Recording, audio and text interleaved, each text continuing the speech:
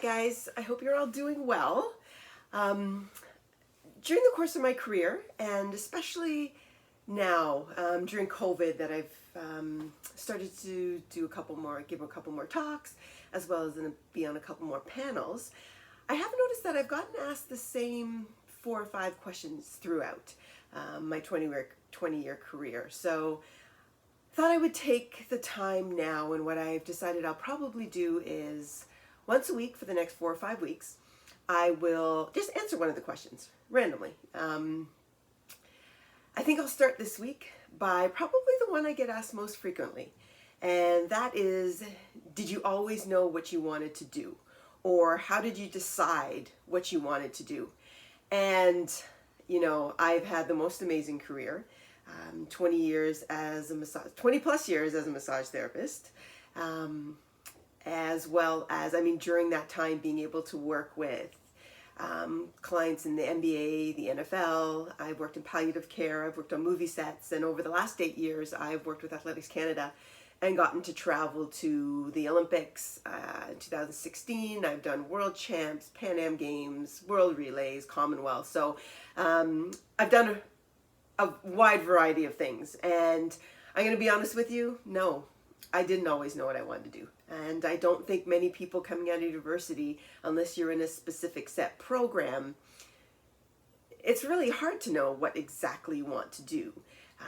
But I'll tell you, for me, I didn't know what I wanted to do, but I did know what I didn't want to do. And that steered me into the direction that I am in now. And when I say that at first, people kind of give me that side eye, okay, that's not what I asked. And you're right, it's not what you asked, but sometimes I think that can be as advantageous as knowing exactly what you want to do. So for me, I was taking, not kinesiology as it's now called, but it was actually 20-something years ago called physical and health education. I was also, while I was in school, working part-time at the government, working the cabinet office with Mike Harris. So total night and day to what I was studying in school. So it's come time now, I've got a year and a half to decide what I'm going to do after my degree. And again, I didn't know what I wanted to do. I did know I wanted to work with people, and I did know I was probably going to work with the human body. I still found that fascinating. So I knew it was going in that direction, but had no idea what else that would have entailed. But again, knowing what I didn't want to do, I think, was the key for me. So working with the government and through other experiences I've had with part-time jobs, I had 3 non-negotiables. I didn't want to work 9 to 5. Get up in the morning, like cattle, be on the subway, driving, whatever the case was, going to work the same time as everybody else, coming home the same time as everybody else. It was understimulating for me, underwhelming. It actually made me a little bit sad every day. And so I knew that couldn't be the rest of my life.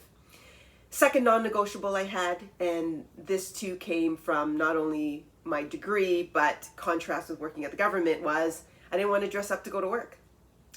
The thought of spending the night before thinking about what you're going to wear, the nylons, the heels, the suit was going to be pants or skirt, nothing I wanted any part of. Doing my kin degree, being in running shoes and track pants for the majority of the time was definitely my comfort zone and where I wanted to be. And my third non-negotiable, which is going to sound kind of petty at the time, but give me a minute to explain, was I never ever wanted to fill out a vacation request form. The thought of having worked a whole year and earned my time off, and whether it be, quite honestly at that time, whether it be not being able to get caravan or weekend off or my birthday off, was just something, it actually caused me a lot of stress. So at the time at the government, you couldn't fill out your vacation request form until up to 6 months before the actual date. So I would spend, months before just stressing out. I had no seniority. I was part-time there. I was not first in line to get the time I wanted. And so for months before, leading up, I had that day circled that I could first request my time off. And I thought, as an adult, this isn't how I want to go through my life. So in a nutshell, that meant I had to be self-employed. So no, I didn't know what I wanted to do, but I figured if I wasn't doing my non-negotiables, maybe it wasn't going to be my dream job, but I would not be working 9 to 5. I would not be dressing up to go to work, and I would not have to fill out a vacation request form. How bad could it be? And it really did narrow it down because, a lot of therapies come into play. Someone who wants to work with the human body and work with people. But chiros and physios tend to work on quite a 9 to 5 office hours, if not 9 to 5 longer hours. But they're set hours. Things like occupational therapy. You worked for somebody else. There aren't too many independent contract occupational therapists. So that was out of the question. So to be honest with you, massage therapy checked off all the boxes. And I thought I'd start with there. If I don't love it, it's not going to be into my non-negotiables. So it's at least going to be fine until I move on to something else that I absolutely love. It just so happens that I fell in love with massage therapy, have been doing it again for almost 21 years.